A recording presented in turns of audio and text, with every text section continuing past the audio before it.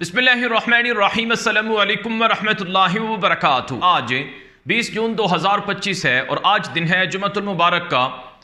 आज की ताज़ा तरीन बड़ी खबरों से इस वीडियो का आगाज़ करेंगे। नाज़रीन किराम, ईरान और इसराइल के दरमियान जंग को एक हफ्ता गुजर चुका है और ये जंग बदस्तूर जारी है। ईरान इसराइल पर मिसाइल मार रहा है और इसराइल ईरान पर बमबारी कर रहा है। दोनों मुल्कों की तरफ से एक दूसरे के खिलाफ ताबड़तोड़ हमले चल रहे हैं, लेकिन अमेरिका और यूरोप का किरदार इस जंग को रुकवाने की बजाय इस जंग को बढ़ाने और तेज करने पर लगा हुआ है। आज की खबर है कि 14 जहाज असलहे से लदे हुए अमेरिका और जर्मनी ने इसराइल भेजे हैं। ये खबर खुद इसराइली मीडिया पर नशर की गई है और इसराइल की जंगी काबीना ने बाकायदा जो जहाज असलहा लेकर आए हैं उनकी वीडियोज़ और तस्वीरें भी नशर कर दी हैं। तो अभी 7 दिन नहीं गुजरे हैं, यानी 7 दिनों में जितने बम इसराइल के पास थे जो मुमकिन तौर पर ईरान पर मारे गए हैं या गिराए गए हैं, कि वो अभी ख़त्म नहीं हुए थे कि मज़ीद असलहा और मज़ीद जो हथियार हैं वो इन जहाज़ों में भरकर इसराइल की मदद के लिए भेज दिए गए हैं। कहा जाता है कि जंगें हथियार बनाने वालों के लिए एक बड़ा मौका होती हैं कि वो खूब मुनाफा कमाएं। पहली जंग अजीम को देख लें, दूसरी जंग अजीम को देख लें, और रशिया यूक्रेन की जंग को देख लें, गजा इसराइल की जंग को देख लें, और अब ईरान और इसराइल के दरमियान जंग को आप देख लें। तो होना तो ये चाहिए कि इस जंग को रुकवाने के लिए यूरोप अमेरिका किरदार अदा करें, जैसा कि चीनी सदर शी जिनपिंग ने कहा है, जैसा कि रूसी सदर ने कहा है। लेकिन इस जंग को तेज करने के लिए हथियारों की धड़ाधड़ तरसील जारी है। लेकिन दूसरी तरफ चीन ने ईरान की मदद और हिमायत का ऐलान किया है, और साथ साथ ईरान की मदद के लिए चीन ने 2 बाहरी जहाज भेजे हैं खलीज फारिस में। यह ताज़ा तरीन खबर आपको दे रहा हूं कि 2 बाहरी जहाज चीन के जो बुनियादी तौर पर इलेक्ट्रॉनिक के जदीद तरीन सर्विलेंस से वाबस्ता हैं, यानी सादा लफ्ज़ों में कि जो जदीद तरीन टेक्नोलॉजी, रेडार सिस्टम और मुख्तलिफ तरह के हथियारों से लैस हैं। और उन जहाज़ों का मकसद ईरान को बर वक्त मालूमात देना है कि कब और कहाँ से किस तरह से ईरान पर हमला हो रहा है, और इन हमलों को रोकने के लिए ईरान को मदद फराहम करना है। तो चीन ने भी अमेरिका और यूरोपियन ममालिक के बरखिलाफ ईरान को मदद भेजी है।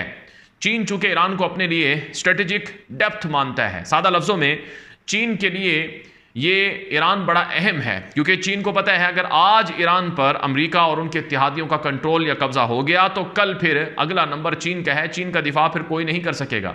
इसलिए चीन पाकिस्तान को और ईरान को और अफगानिस्तान को अपनी स्ट्रेटेजिक डेप्थ मानता है, यानी एक ऐसी वो अपने लिए बाड़ या हिसार मानता है कि अगर वो बाड़ टूट गई, अगर वो हिसार टूट गया तो फिर गोया चीन का नंबर आ जाएगा। तो इसलिए चीन जो है वो खुलकर मदद दे रहा है, और चीन के बाकी मफादात भी हैं ईरान के अंदर, जिसमें ईरान का तेल है, ईरान के मादनियात हैं और मुख्तलिफ तरह की चीज़ें हैं। बहरहाल खबर एक और ये आई है कि इसराइल के ऊपर जो ईरान के हालिया ताज़ा हमले हुए हैं, इन हमलों की वजह से 475 अरब डॉलर इसराइल का स्टॉक मार्केट का डूब गया है। तकरीबन 3% से ज़ायद इसराइली स्टॉक मार्केट में कमी वाक़ हुई, जिसकी वजह से इसराइल को 475 अरब डॉलर का सिर्फ एक दिन में ईरानी मिसाइल हमलों से नुकसान हुआ है। एक ताज़ा खबर एक और मेरे सामने मौजूद है जो इसराइली हुकाम के हवाले से है, जिसमें इसराइली हुकाम ने ईरान के साथ जंग की जो कीमत है वो 28 अरब डॉलर से ज़ायद की बताई है। इसराइली मीडिया ने बताया कि ईरान के साथ जो जंग है ये 28 अरब डॉलर से ज़ायद का खसारा या लागत अब तक ला चुकी है। और इसके साथ साथ ये भी कहा गया है कि अब तक जो ईरान के मिसाइल इसराइल पर जाकर लगे उनसे 1 अरब डॉलर से ज़ायद का नुकसान वहाँ हुआ है इसराइल का, जिसमें बिल्डिंग्स तबाह हुई हैं, इमारतें तबाह हुई हैं। मसलन जो वाइजमैन इंस्टीट्यूट थी इसराइल के अंदर, जो 1948 में कायम की गई थी, जहाँ से पढ़ने वाले साइंसदान और पढ़ाने वाले जो रिसर्चर्स थे, साइंटिस्ट थे, उन्होंने इसराइल को न्यूक्लियर जो प्रोग्राम था वो दिया था। और आज इसराइल के पास जितनी टेक्नोलॉजी है वो सारी वाइजमैन इंस्टीट्यूट जो इसराइल के अंदर है उसकी मरहून मन्नत है। और वो वाइजमैन इंस्टीट्यूट जहाँ से इसराइल बायो वेपन्स पर रिसर्च कर रहा था और मुख्तलिफ तरह की चीज़ों पर रिसर्च कर रहा था, वो इंस्टीट्यूट जो है जिसकी कीमतें 2 अरब शेकल इसराइली करेंसी यानी कि 550 अरब डॉलर से ज़ायद, 550 मिलियन डॉलर से ज़ायद की रकम थी, वो वाइजमैन इंस्टीट्यूट जो है वो भी तबाह हुई है। यानी एक ऐसा इदारा जो इसराइल की बका के लिए रीढ़ की हड्डी की हैसियत रखता था, वो तबाह हो गया, जिसमें बरसों की दहाइयों की तहकीकात थीं, वो तबाह कर दी गई। तो ये वो चीज़ें हैं जो ख़ुद इसराइली अखबारात में, इसराइली मीडिया में जो चीज़ें बयान की गई हैं। अब अगर बात की जाए, मेरे सामने एक और ख़बर है, NBC मीडिया नेटवर्क है जिसने एक इजरायली हुक्काम के, इंटेलिजेंस हुक्काम के हवाले से रिपोर्ट दी है कि पिछले चंद दिनों में जो ईरान ने मिसाइल मारे हैं इसराइल पर, उनको गिराने के लिए इसराइल को बड़ी मज़ाहमत करना पड़ी है। और हमारे पास मिसाइलों को मारने के लिए, ईरानी मिसाइलों को रोकने के लिए ज़खायर कम हो रहे हैं। ईरान के पास बेशुमार ज़खायर मौजूद हैं और ईरान का जो मौजूदा निज़ाम हुकूमत है, इसका जल्दी तबाह होना या मुस्तक़बिल करीब में इसका गिरना हमें मालूम नहीं होता है। फिर नाज़रीन किराम, जो एक और ख़बर मेरे सामने नशर हुई है वो ये है कि पहले ईरान की तरफ से दागे जाने वाले मिसाइलों को इसराइल 80 से 90% तक पकड़ता था और गिरा देता था। अभी वो सलाहियत इसराइल की कम होकर 60% तक आ गई है, यानी सिर्फ 60% तक इसराइल ईरानी मिसाइलों को गिरा पा रहा है और बाकी मिसाइल जाकर वो ज़मीन पर लगते हैं और मुख्तलिफ अहदाफ पर लगते हैं, जिससे नुकसान होता है।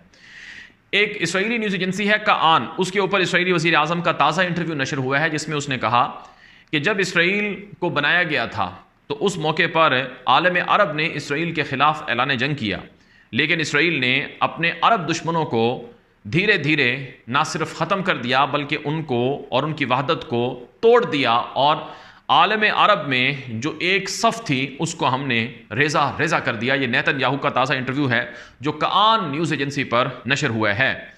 नेतन्याहू ने यह भी कहा कि 2011 में मैं इस पोजीशन पर नहीं था कि मैं इसराइली खुफिया एजेंसी मोसाद के ज़रिए से ईरान पर बड़ा हमला कर सकूं, लेकिन अब हम अमेरिका और बाकी दुनिया के ममालिक की मदद से ना सिर्फ ईरान पर कामयाब हमले कर रहे हैं बल्कि हमें ईरान के ख़िलाफ़ जीत की भी बड़ी वाज़े उम्मीदें हैं। ये नेतन्याहू का इंटरव्यू है जो कान इसराइल की सरकारी न्यूज़ एजेंसी है उस पर नशर हुआ है। दूसरी तरफ नाज़रीन किराम, ख़बरें आ रही हैं कि अमरीकी सदर डोनाल्ड ट्रंप ने अभी तक कोई फैसला नहीं किया है कि वो आया ईरान के खिलाफ जंग में शामिल होते हैं या नहीं होते, क्योंकि नाज़रीन किराम ख़बरें चली हैं, रॉयटर्स न्यूज़ एजेंसी ने खबर दी है कि अमेरिका और ईरान में जंग के बाद पहला बराह रास्त रब्ता हुआ है पिछले 7 दिनों के बाद, और ये रब्ता अमेरिका ने किया है और इसकी तस्दीक अमेरिका की जो वाइट हाउस की तर्जुमान है उसने भी की है।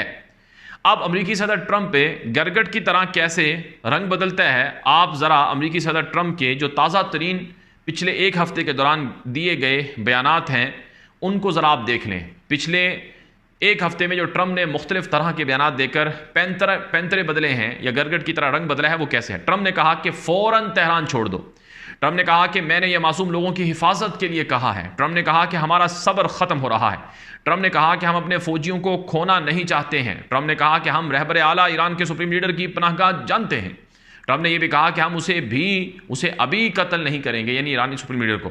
ट्रंप ने कहा कि आओ मुज़ाकरात करें। ट्रंप ने कहा कि हम बगैर किसी शर्त के मुकम्मल हथियार डालने का मुतालबा करते हैं।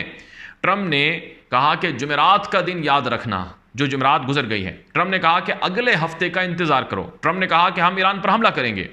ट्रंप ने कहा कि हम ईरान पर हमला नहीं करेंगे और जंग में दाखिल नहीं होंगे। ट्रंप ने फिर कहा कि मैं 2 हफ्तों के अंदर फैसला करूंगा कि हमला करना है या नहीं करना। यह है वो अमेरिकी सदर ट्रंप जो अपने आप को दुनिया का सबसे ताकतवर शख्स कहता है। यह अमेरिकी सदर ट्रंप है जिसने कहा था कि यमन के हूसी बागियों को, जिनको ट्रंप ने दहशतगर्द तंजीम डिक्लेयर किया, कि हम उन्हें मुकम्मल तौर पर मलियामेट कर देंगे, सफ़ा हस्ते से मिटा देंगे। लेकिन 2 महीने की लड़ाई के बाद ट्रंप ने हूसियों से डील करके वहाँ से अपने जहाज़ों को वापस बुला लिया और कहा कि यमनी हूसियों को हराना आसान नहीं है।